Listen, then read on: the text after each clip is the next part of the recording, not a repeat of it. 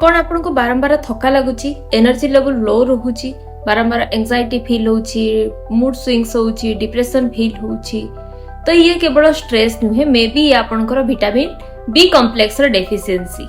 जदि आपन को हाथ पादरे छुंची फुड़िला भली लागुची, एनर्जी लेवल सब बेले लो रहुची, बारंबार टायर्ड फील होची, किंबा आपनकर ओठ फाटिबा, चुट्टी झड़ीबा ए सब सिम्पटम्स जदि देखा जाउची तो आपण निहाती निजर विटामिन्स प्रोफाइल चेक करंतु, मे बी आपण को विटामिन्स बी कॉम्प्लेक्स रो डेफिशिएंसी होची, मोस्ट प्रोबेबली विटामिन B12 रो डेफिशिएंसी। विटामिन B12 डेफिशिएंसी गोटे नॉर्मल प्रॉब्लम नुहे, एथिरे आपणकर नर्वस सिस्टम डाउन होबा सहित आपणकर मेमोरी लॉस होबार भी चांसेस थाए, ता सहित ब्रेन फॉग होबार भी चांसेस थाए। निज खाद्य रे अंडा, माछ, मांस, क्षीर, नट्स किंबा सीड्स ए सब जिंस ऐड करंतु, रेगुलर बेसिस रे निजर विटामिन प्रोफाइल चेक करंतु, आ ता अकॉर्डिंगली आपन को खाद्य रे सेही भलिया खाद्य ऐड करंतु। अधिक जानिबा पई मते फॉलो करंतु।